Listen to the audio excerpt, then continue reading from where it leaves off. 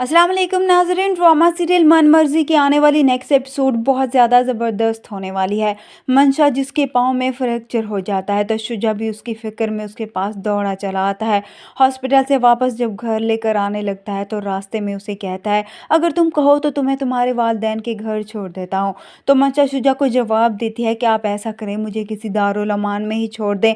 तभी शुजा मंशा का हाथ पकड़ता है और उसे जूस पिलाते हुए कहता है कि ये तुम कैसी बातें कर रही हो। दोनों गाड़ी में बैठे होते हैं तो अब शुजा का दादा जान, जो शुजा को मंशा के साथ इतना बेतकल्लुफ़ होता हुआ देख लेता है। दादा जान को शुजा पर गुस्सा आता है, इसलिए अब वो उसे फ़ोन करके अपने पास बुला लेते हैं। उधर मंशा जो घर में अकेली होती है तो तब उसे अपनी माँ और बाप की बातें याद आती हैं और फिर वो अपनी माँ को फ़ोन करती है। मंशा की माँ परेशान हो जाती है, मंशा से पूछती है कि तुम ठीक तो हो ना। तभी मंशा अपनी माँ को बताती है कि अब्बू की बद्दुआएं काम आ रही हैं, मेरा पाँव का फ्रैक्चर हो गया है और घर में अकेली पड़ी हूँ।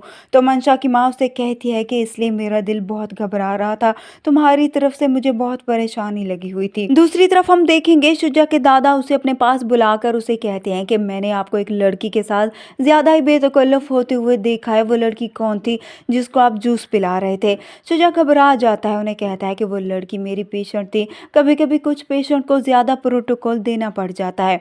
तो दादा जान शुजा से कहते हैं कि इस बात का ख्याल रखिएगा, जो जगह सीरत की है वो उसकी ही रहेगी, उसके साथ मैं किसी किस्म की ज्यादती बर्दाश्त नहीं करूंगा। वो शुजा से ये भी कहते हैं कि मैंने अगले हफ्ते ही तुम्हारी और सीरत की शादी की तारीख तय कर दी है। दूसरी तरफ हादी तो जाकर सीरत से बात करता है कि हमें दादा जान को सब कुछ बता देना चाहिए, मगर सीरत हादी से कहती है मैं चाहती हूँ कि शुजा खुद ही ये बात दादा जान को बताए, क्योंकि दादा जान शुजा से बहुत मोहब्बत करते हैं। अगर हमने उन्हें ये बात बताई तो वो बर्दाश्त नहीं कर पाएंगे। मगर वहाँ शुजा का कोई ऐसा इरादा नहीं होता कि वो अपनी और मंशा की शादी के बारे में उनसे कोई भी बात करे।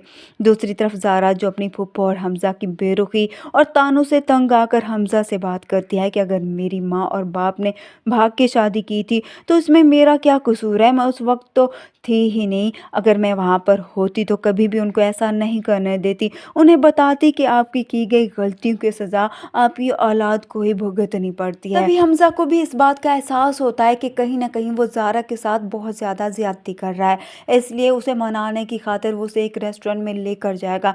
मगर वहाँ पर भी वो खुश नहीं होगा, जिस पर ज़ारा उसे कहेगी कि अगर आपके साथ मंशा होती तो आप यहाँ पर बहुत खुश होते, यहाँ पर मैं हूँ इसलिए आपका मूड